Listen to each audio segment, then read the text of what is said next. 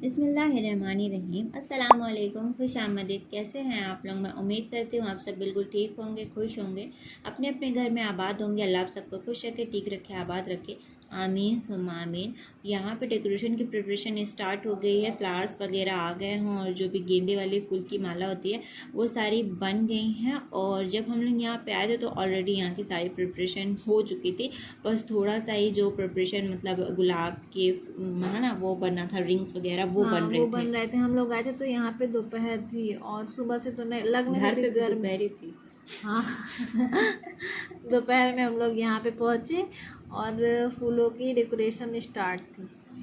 और यहाँ पे एक रिंग छोटी, एक रिंग बड़ी, उसमें फ्लावर्स लपेटे जा रहे थे और वाइट वाली लड़ी के साथ इसका कॉम्बिनेशन चलेगा और ये बिल्कुल झूमर के जैसे लगेगा, बहुत प्यारा। गर्मी इतनी ज़्यादा थी कि दोपहर में ये डेकोरेट हुआ तब भी रात तक पूरे मुरझा चुके थे फ्लावर। सच में बहुत गर्मी पड़ रही थी इस टाइम और शाम को तो मौसम थोड़ा ठंडा भी हो गया था, लेकिन दोपहर में बहुत ही ज़्यादा गर्मी थी ना बेटू। इतनी गर्मी थी मतलब मेरे मतलब बेचारे फ्लावर्स वगैरह रात तक काले पड़ चुके थे। अच्छा चले, अब बात करते हैं आज के प्रोग्राम्स के बारे में। तो आज जो प्रोग्राम्स हैं वो टोटल 3 प्रोग्राम्स हैं। फर्स्ट ज़ियारत मुए मुबारक शरीफ, फिर तकरीर और फिर महफिल समा। जो महफिल समा है वो रात में होगी और जो तकरीर है वो भी रात में होगी। और जो ज़ियारत मुए मुबारक शरीफ है वो होगी अभी कुछ देर से। मुए मुबारक शरीफ सल्लल्लाहु अलैहि या मोहम्मद वला आले मोहम्मद निकल रहे हैं ज़ियारत के लिए।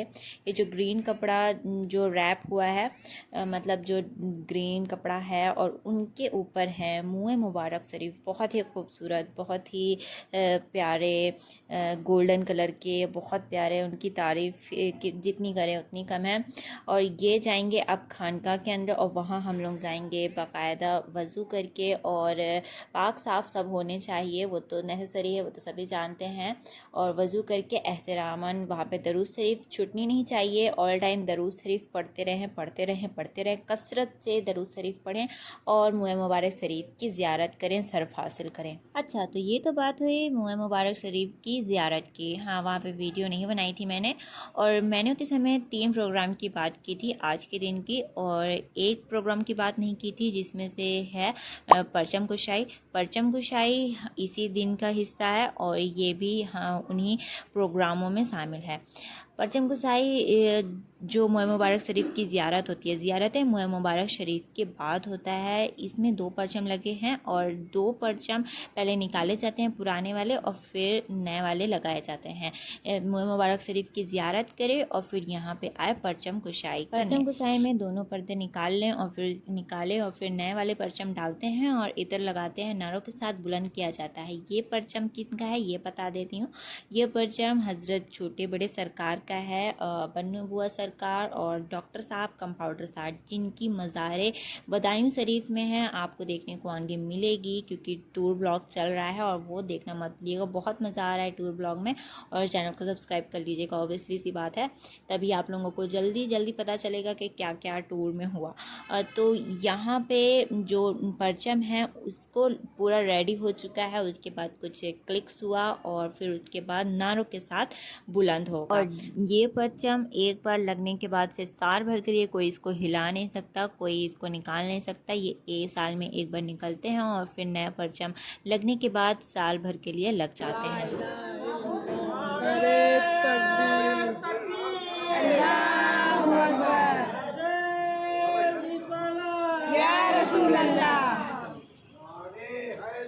या अली।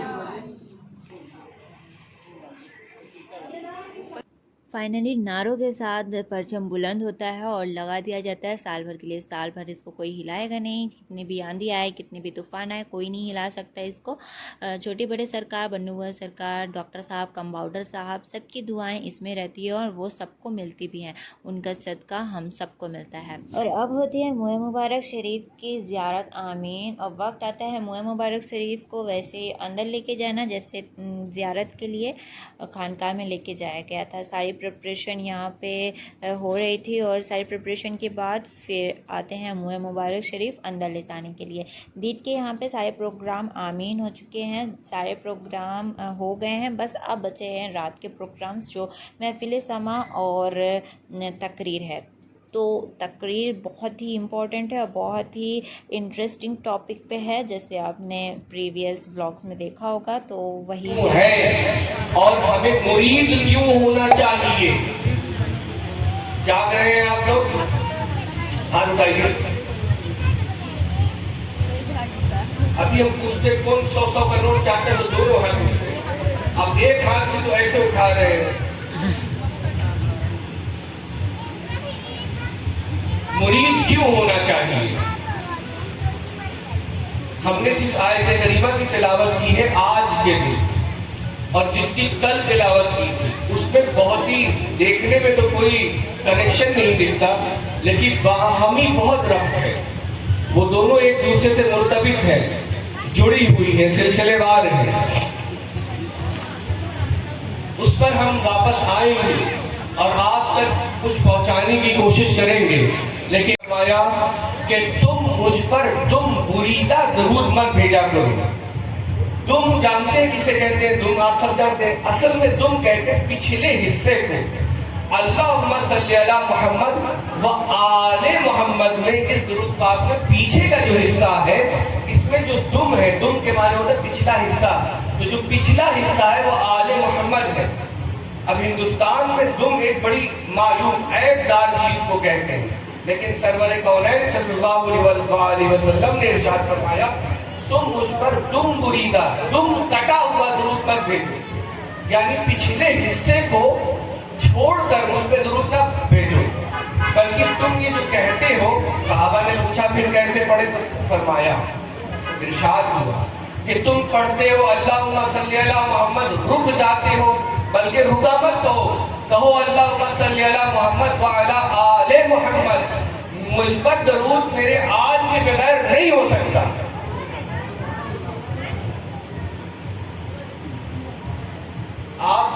आप में से बहुत सारे लोगों को पता होगा कि यहाँ बारवी शरीफ में मुए मुबारक शरीफ की ज़ियारत हुई, आज भी ज़ियारत कराई गई थी। तो जब कभी ज़ियारत करने जाइए, जिस शौक से आप कभी मुए मुबारक शरीफ की ज़ियारत करते हैं, जो बाल की ज़ियारत करते हैं, कभी उस शौक से साल में एक बार आल की ज़ियारत भी कर लिया करें। बेशक रसूलुल्लाह सल्लल्लाहु अलैहि वसल्लम का बाल, आपका मुए मुबारक आल से अफजल है, क्योंकि वो मुतलकन रसूलुल्लाह के जिस्म का हिस्सा है, वो कामिलन नूर और मुतलकन नूर है, समझे आप। लेकिन इतना तो हक सादात का बनता है कि कभी उनकी भी ज़ियारत शौक से कर लीजिए, क्योंकि हुजूर अलैहिस्सलाम इन चीजों को कभी कभी नोटिस करते हैं, गौर फरमाते हैं। अब ये वो बातें हैं जो आपको मदरसों में नहीं मिलेंगी, ये वो बातें हैं जो आपको किसी अल्लाह वाले के घर पे मिलेंगी। अब वो चाहे जहां बैठ जाए, अल्लाह वाला जहां बैठे, चाहे मस्जिद में बैठे, मदरसे में बैठे, किसी घर में बैठे, वो जहां बैठता है वो जगह खानकाह हो। जाग रहे हैं आप लोग? चाय बनवाए? चाय कौन किए कि तुम अपनी महफिल को, अपनी मजलिस को ज़य्यनू, सजाओ, मजालिसकुम, अपनी मजलिसों को, महफिलों को बेज़िक्र अली के जिक्र से, अपनी महफिल को अली के जिक्र से सजाया करो। और आज तो मौका भी बनता है, दस्तूर भी है, क्योंकि आज आप मखदूम सिन्ना हजरत अशरफ, हजरत बहाउद्दीन रहमतुल्लाह अलैह के उर्स में शामिल हुए हैं। आज उनका उर्स यहाँ मनाया जा रहा है। जो औलाद अली का अगर उर्स होगा तो फिर जिक्र अली ना हो तो फिर क्या होगा? औलाद अली का उर्स होगा तो फिर जिक्र अली ही होगा। जाग रहे हैं आप लोग? परेशान है लोग, गर्मी से, भूख से, प्यास से, चेहरे देखिए लोग। बाबुहा कि मैं इल्म का शहर हूँ, अली उसका दरवाजा है, जिसको शहर में आना है वो दरवाजे से दाखिल हो। तो लोग ये समझे इल्म से मुराद कुरान पढ़ना है, तफसीर पढ़ना है, हदीस जानना है, फिक़ह पढ़ना है, शरीयत के मसाइल को समझना है। हाँ हाँ ये दीन है, हाँ हाँ ये इल्म है, लेकिन फ़कत यही इल्म नहीं है। क्योंकि इल्म होती है, दो शक्ल है, एक इल्म ज़ाहिर है, एक इल्म बातिन है। अगर रसूलुल्लाह सल्लल्लाहु अलैहि वसल्लम ये कह रहे हैं, ये फरमा रहे हैं कि मैं शहर इल्म हूँ, इल्म का शहर हूँ, यानी रसूलुल्लाह सल्लल्लाहु अलैहि वसल्लम ये फरमा रहे हैं कि मैं आलिम हूँ तमाम उलूम और फ़ुनून का। यानी रसूलुल्लाह ये फरमा रहे हैं जिस तरह मुझे कुरान का इल्म है, हदीस मेरा इल्म है, फ़िक़्ह मेरा इल्म है, उसी तरह मैं साइंस का भी आलिम हूँ, उसी तरह मैं ज्योग्राफी का भी आलिम हूँ, उसी तरह मैं केमिस्ट्री का भी आलिम हूँ, उसी तरह मैं तमाम उलूम फ़ुनून जो दुनिया में आज तक बनाए गए हैं, पढ़े गए हैं, पढ़ाए गए हैं, कायनात तक जो नए नए उलूम आएंगे, पढ़ा जाएगा, पढ़ाए जाएंगे, उन तमाम उलूम का सर चश्मा, उन तमाम ज्ञान का ज्ञाता, उन तमाम तर चीज़ों का आका, उन तमाम उलूम का जानने वाला सबसे बड़ा आलिम, एब्सोल्यूट आलिम मैं मोहम्मद अरबी। मत जाओ, मेरी बात ध्यान से सुने। अगर हम आपसे ये कहें कि मत जाओ तो इसका मतलब क्या हुआ? जाग रहे हैं? अरे बात कर रहे हैं भाई आपसे, गर्दन मत हिलाइए। अगर हम आपसे कहें कि बैठ जाओ मत जाओ, बैठो मत जाओ, इसका मतलब क्या हुआ? रुको। एक सीधे वाक्य का एक दूसरा उल्टा माने भी होता है। जो किताब मुक़द्दस नाजिल हुई, जिसे हम और आप कुरान कहते हैं, जिसको हम लोगों ने फकत पढ़ के चुन के चाट के सर पे रख के लगाने के किताब को सजाने के लिए बना रखा है, जिस पे हम लोग गौर व फिक्र नहीं करते, जिसको हम लोग पढ़ते हैं तो इसलिए किससे सवाल मिलता है, बस यहीं तक हम लोग ने कुरान को समेट के रख दिया। यही वो किताब है जिसको पढ़ के यहूदी आसमान पे और चांद पे पहुंचे। ये तो आप पे नाजिल हुई थी। उसी किताब में अल्लाह जल्ल वजहू इरशाद फरमाता है, जिस आयत करीमा की तिलावत हमने आपके सामने की, मैं यादिल्लाहु फहुवल मुहतदी। बहुत ध्यान से सुनिएगा, बहुत ध्यान से सुनिएगा, क्योंकि आपको ये बात समझ में नहीं आएगी। यादिल्लाहु फहुवल मुहतदी, क्या आपने ये बाजार में लोगों को कहते नहीं सुना है, तकरीरों में, इंटरनेट पर, कि भाई हमें मुरीद होने की क्या जरूरत है? मस्जिद हमारे पास है, मदरसा हमारे पास है, कुरान हमारे पास है, हदीस हमारे पास है, हम मुरीद क्यों हो? हम क्यों किसी वली के दर पे जाए? सुना है ना? जिसने जिसने सुना है, ईमान का वास्ता देने कह रहे हाथ उठाए। नहीं, बेईमान हमारी नजर में वही शख्स रहेगा। जिसने जिसने सुना है हाथ उठाए। ये क्या है? ये क्या है? ये क्या है? हमको क्या जरूरत है? तो आइए कुरान से सवाल करते हैं कि हमें क्या जरूरत है कि हम किसी वली के पास, किसी मुर्शिद के पास, किसी पीर के पास जाए। कुरान से सवाल करिए, कुरान जवाब देगा। मैं यहदिल्लाहु फहुवल मुहतदी, कि अल्लाह जिसको हिदायत देना चाहता है वो हिदायत पा लेता है। अपनी सुभान अल्लाह बचा के रखिए, क्योंकि अभी आपके दिमाग को उल्टा सोचना है। आगे आने वाली आयत में अल्लाह ने सीधी, इसी आयत की आगे का जो हिस्सा है, अल्लाह ने सीधी बात को घुमा के रखा है। तो आपको अपने दिमाग को हाजिर रखना और पकड़ लेना है। मेरे समझाने से पहले अगर आप समझ गए तो हम मान लेंगे रीवा वालों के पास भी दिमाग है, बुद्धि उनकी भ्रष्ट नहीं हुई, आकिल, बालिग, ज़हीन, फतीन, मतीन लोग हैं। आगे अल्लाह क्या कहता है वो सुने। अल्लाह कहता है, मैं यहदिल्लाहु फहुवल मुहतदी व मैं युद्लिल फलन तजिद लहू वलिय्यन मुर्शिदा। फलन तजिद लहू वलिय्यन मुर्शिदा। वलिय्यन मुर्शिदा। अल्लाह क्या कह रहा है? अल्लाह जिसको हिदायत देना चाहता है, क्या देना चाहता है? तो वो हिदायत पा लेता है। और जिसको गुमराह करना चाहता है, वमन युद्लिल, और जिसको गुमराह करना चाहता है, ये नहीं कहा उसको गुमराह कर देता, ये नहीं कहा। क्या कह रहा है? जिसको हिदायत देना चाहता है वो हिदायत पा जाता है। हिदायत दे देता है, जिसको गुमराह करना चाहता है तो ये अल्लाह आगे नहीं कहता है तो उसको गुमराह कर देता है। देखिए आगे अल्लाह क्या कहता है, वमन युद्लिल, तो जिसको गुमराह करना चाहता है तो वो शख्स अपने लिए कोई वली और मुर्शिद ढूंढ नहीं पाता। किसको किसको नहीं समझ में आया, ईमान का वास्ता देख कह रहे हैं हाथ उठाइए जिसको इसको नहीं समझ में आया। मैं चेहरा पढ़ना जानता हूँ, बोल के कह सकता हूँ किसको नहीं समझ में आया। हाथ उठाइए जिसको इसको समझ में नहीं आया। कारी साहब हाथ उठाइए, आपको समझ में नहीं आएगा, हाथ उठाइए। ये कारी साहब को समझ में नहीं आएगा, हाथ उठाइए। हाथ उठाइए जिसको इसको समझ में नहीं आया। भाई क्या हाथ उठाइए, समझ में नहीं आए हाथ उठाइए, समझा लेंगे तभी जाएंगे। अब आप हाथ उठाने में देर करेंगे तो बॉलीवुड की देर से शुरू होगी। अल्लाह को ये कह, अल्लाह भाई देखने से मुझे लग रहा है अल्लाह ये भी कह सकता था कि जिसको हिदायत देना चाहता है वो हिदायत पा लेता है, जिसको गुमराह करना चाहता है वो गुमराह हो जाता है। मगर अल्लाह ने ये कहा कि जिसको वो हिदायत देना चाहता है वो हिदायत पा लेता है, जिसको वो गुमराह करना चाहता है तो वो शख्स अपने लिए कोई वली और मुर्शिद ढूंढ नहीं पाता। यानी अपनी हिदायत के लिए वली और मुर्शिद ढूंढ नहीं पाता। यानी अल्लाह हिदायत देता किसके जरिए है, जो वो कह रहा है कि जिसको हिदायत देना चाहता है तो हिदायत पा लेता है, तो जिसके जरिए वो हिदायत देता है उसी का जिक्र अल्लाह ने आगे किया है। तो जो जिसको हिदायत देना चाहता है जो तो उसको किसी वली किसी मुर्शिद के दर पे भेज देता है। अब भी किसको समझ में नहीं आया हाथ उठाइए।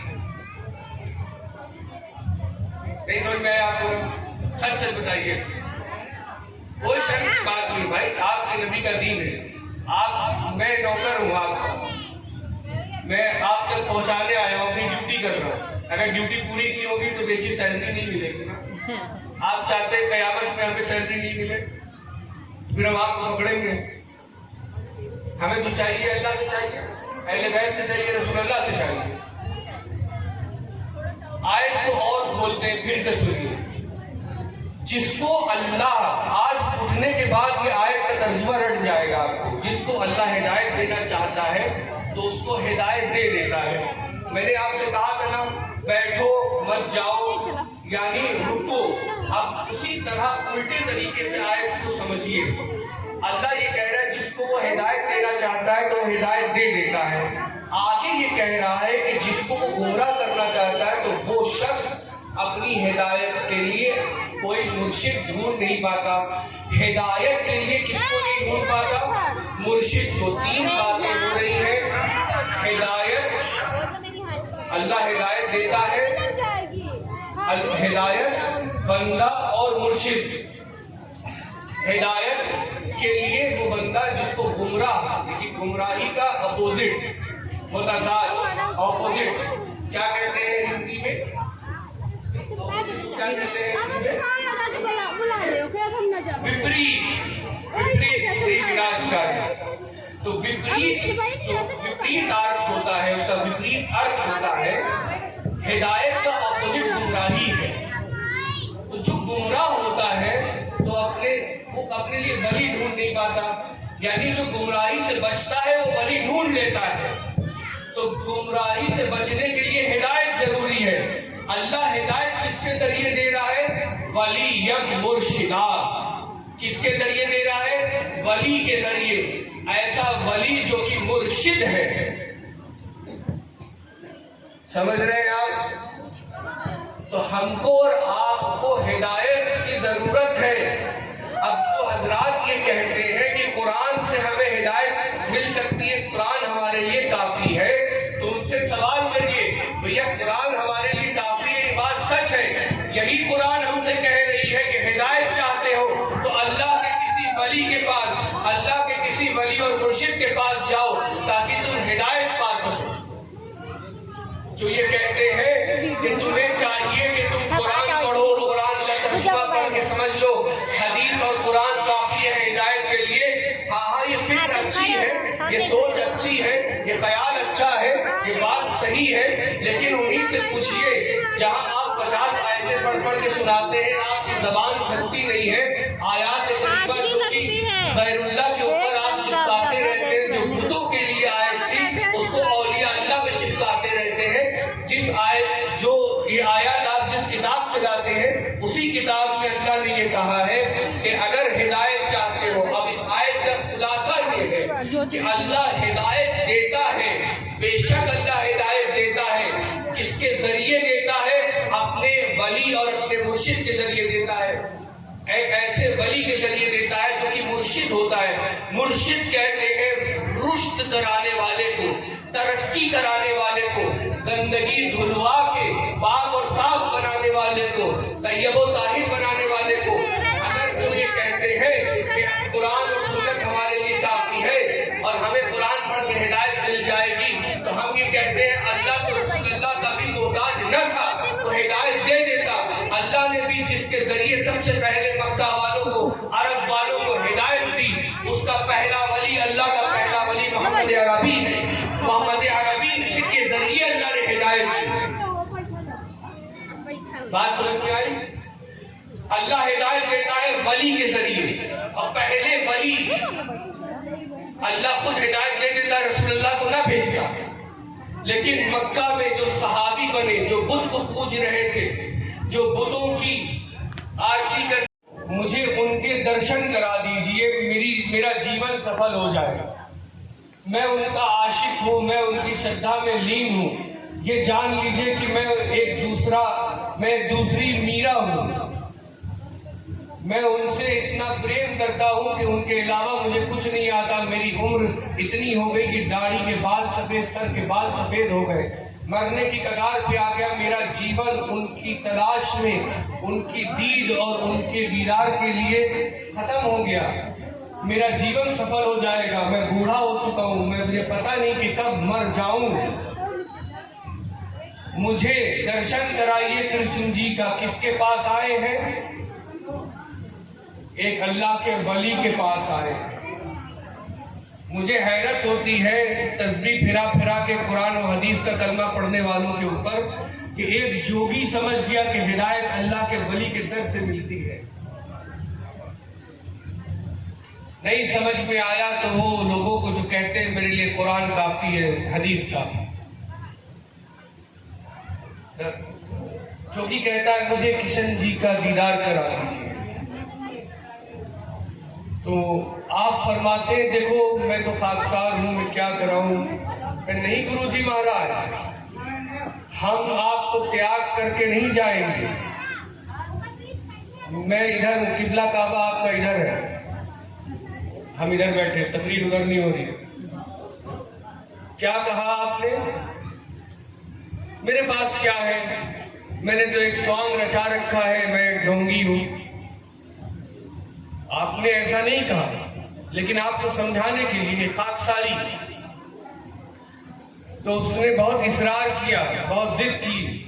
तो आपने कहा अच्छा मेरी आंखों में देखो।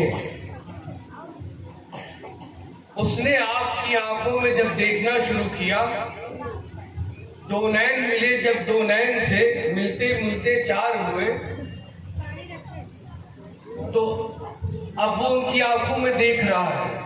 ना उनकी पलक झपक रही है, ना इनकी पलक झपक रही है। कुछ सेकंड के बाद उस योगी ने एक जोर का नारा मारा, एक नारा लगाया, एक जयकारा लगाया। उसके बाद झूमने लग गया, झूमने लग गया और गिर रहा है, पड़ रहा है। अब ऐसी ताल में वो झूम रहा है, ऐसे सुर और ताल में वो झूम रहा है। इधर है भाड़ में जाए, ऐसे ताल में झूम रहा है। क्या है? उसको दीदार हुई। अब वो दीदार में उस लिका का असर ये हुआ कि वो अब झूम रहा है, ऐसे सुर और ताल में है कि उस पे वज्द तारी है। ये कौन सी ताल है?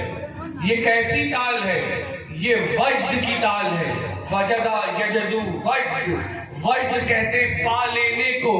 ये वज्द जो सूफियों को महफिले सिमा में आता है, ये वज्द इसीलिए कहते हैं कि वो अल्लाह को जब दीदार करते हैं, अल्लाह का दीदार पा लेते हैं तो झूमने लग जाते हैं। वो भी अपने कृष्ण जी का दीदार करके वजदा यजदहू के ताल पे बे आवाज बेसुर नाच रहा है, झूम रहा है और घंटों इसी में मस्त है। जब उसके हाल कुछ सुधरे, हालात में इफाका हुआ तो लोगों ने जमा किया, जमा करके उसको लाए, कपड़े उपड़े बदलाए, योगी को पानी पिलाया, पूछा कि भैया ऐसा क्या देख लिया, तुम तो दर्शन करने आए थे, यहाँ तुम नाच करने लग गए। तो उसने कहा कि सुनो, मैंने देखा अपनी आंखों से, मैंने देखा उनकी आंखों में, और उनकी आंखों में मैंने देखा कि मैं वृंदावन में खड़ा हूँ और मेरे सामने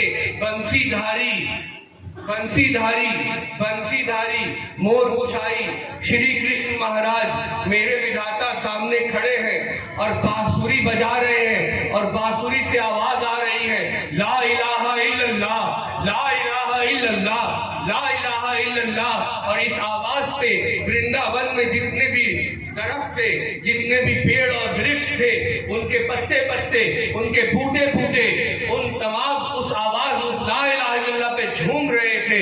उनके झूमने का मुझ पर ही असर हुआ कि मैं अपना काबू खो बैठा और उसी लय पे, उसी ताल पे मैं भी झूम रहा। तो वो बाद में कहने लग गया कि अब तो मैंने सुन लिया ला इलाहा इल्लल्लाह, अब मैं क्या करूं?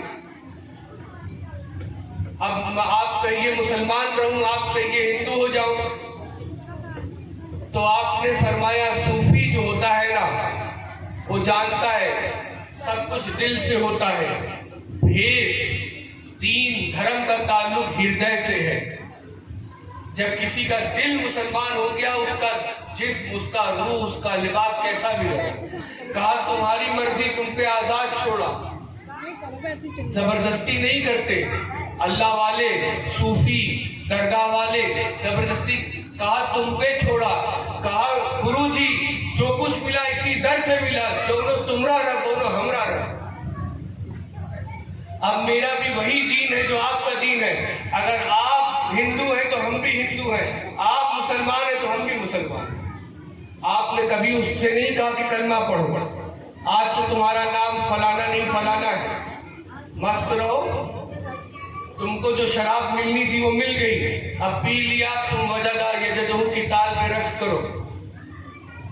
क्या समझे? अलगर्ज आज की तकरीर का लब्बो लुबाब ये है, बेशक कुरान और हदीस हमारे लिए काफी है, लेकिन सब उसको समझने के लिए हमें एक उस्ताद, एक मुरब्बी की जरूरत है। और जब बात आएगी उससे आगे चल के बढ़ने की, तो हिदायत के मामले में कुरान की रोशनी में हमें एक मुर्शिद की जरूरत पड़ेगी। किसकी जरूरत पड़ेगी? एक वली की, जो वली ऐसा वली हो कि मुर्शिद के दर्जे पे हो। ऐसा ना हो कि जो खुद रोशन हो गया हो लेकिन किसी को रोशन कर ना पाए, जो खुद भी रोशन हो और दूसरों को भी रोशन कर दे। समझ में आई बात? इसलिए खानकाह वो जगह है जहां से आपको इस्लाम भी मिलेगा, ईमान भी मिलेगा, एहसान भी मिलेगा। खानकाह में आइए तो ये समझ के आइए कि आप इस्लाम में दाखिल, आप पूरी तरह दीन में दाखिल हो रहे हैं। ये पीर की जिम्मेदारी है कि वो अपने आप को इस तरह बनाए, संवारे।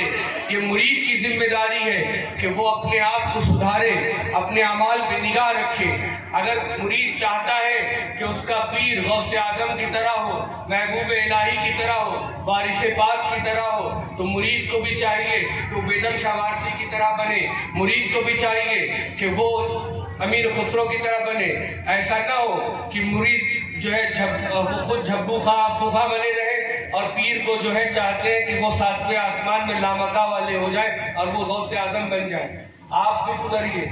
हर पीर हमा वक्त इस फिक्र में रहता है कि उसके मुरीद के हाल अहवाल सुधर जाए। वो उसके लिए हमेशा दुआ गो होता है। वो अपनी ड्यूटी कर रहा है, आप अपनी ड्यूटी कीजिए। गुरु में ही परमात्मा का वास होता है, याद रखिए। अगर गुरु नहीं तो ज्ञान नहीं, बिन गुरु कुछ ज्ञान हासिल नहीं होता। बहुत अच्छे से याद रखिए। तो आपको ज्ञान चाहिए, इल्म चाहिए, हिदायत चाहिए, तो आपको किसी वली के दर पे आना पड़ेगा। आपको हिदायत तभी मिल सकती है। जो कुछ बयां हुआ किस्सा नातमाम था। अल्लाह से दुआ है कि इस टूटे फूटे जिक्र को अपनी बारगाह में कबूल फरमाए और अल्लाह हम सबको नेक बनाए, एक बनाए, हम सबको हिदायत दे। अल्लाह हम सबको एक दूसरे को बर्दाश्त करने की कुव्वत अता फरमाए। अल्लाह हम सबको एक दूसरे के ऐब पे पर्दा डालने की तौफीक अता फरमाए। अल्लाह अपनी सत्तारी का सत्ता अता करे। अल्लाह हम सबको बख्श दे, गफ्फार बनाए। अल्लाह अपने गफ़ारियत के सदक़े, अपने सिफत गफ़ारियत का सदका अता फरमाए। अल्लाह हमें भी अपने सदक़े, अपनी गफ़ारियत के सदक़े कुछ थोड़ा बहुत गफूर बनाए। अल्लाह रहीम, अल्लाह करीम, अल्लाह सत्तार, अल्लाह रहमान। वाखिर दावाना अल्हम्दुलिल्लाहि रब्बिल आलमीन वस्सलातु वस्सलामु अला सय्यिदिल मुरसलीन वस्सलामु अलैकुम वरहमतुल्लाहि वबरकातुहू। ला इलाहा इल्लल्लाह मुहम्मदुर रसूलुल्लाह सल्लल्लाहु अलैहि वसल्लम।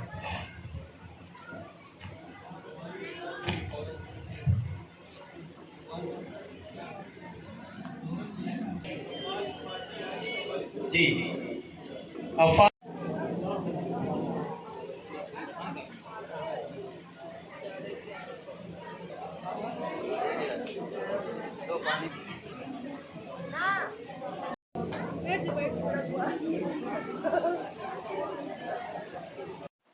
तकरीर होती है आमीन। माशाल्लाह से बहुत ही प्यारे अंदाज से उन्होंने समझाया और बहुत ही प्यारा टॉपिक भी था जो कि आजकल बहुत मसले में उठा हुआ है और उनके समझाने पे तो आप लोगों को सभी क्लियर हो गया होगा।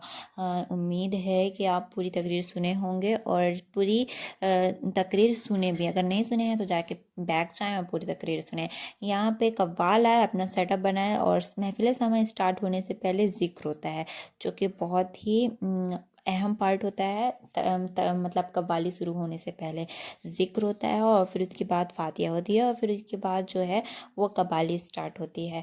तो चैनल सब्सक्राइब करना ना भूलिएगा और लाइक भी करिएगा वीडियो को। अपन चलते हैं अब कव्वाली की तरफ। अमीरा के बाद अज़ नबी शुद बशीरन नज़ीरा अलिया दलीलस्त बरहक अली अंबियारा वलियन नसीरा।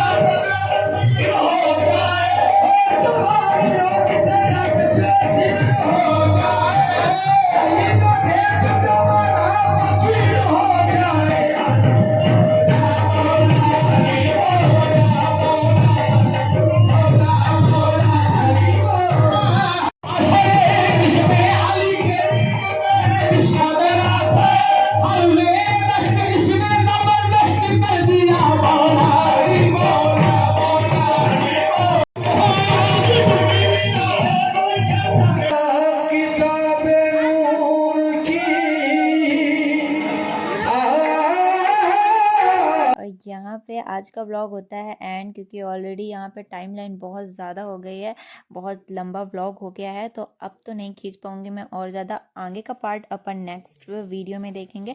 तो स्टे कनेक्टेड और चैनल को सब्सक्राइब करना नहीं भूलिएगा, और वीडियो को लाइक करिए और बेल आइकन को प्रेस कर दे, जिससे कि आपको सारी वीडियो जल्दी जल्दी मिल जाएगी। और नेक्स्ट व्लॉग तो बिल्कुल भी मिस नहीं करिएगा, बहुत ही इंटरेस्टिंग और बहुत ही प्यारा है। तब तक के लिए अल्लाह हाफिज़।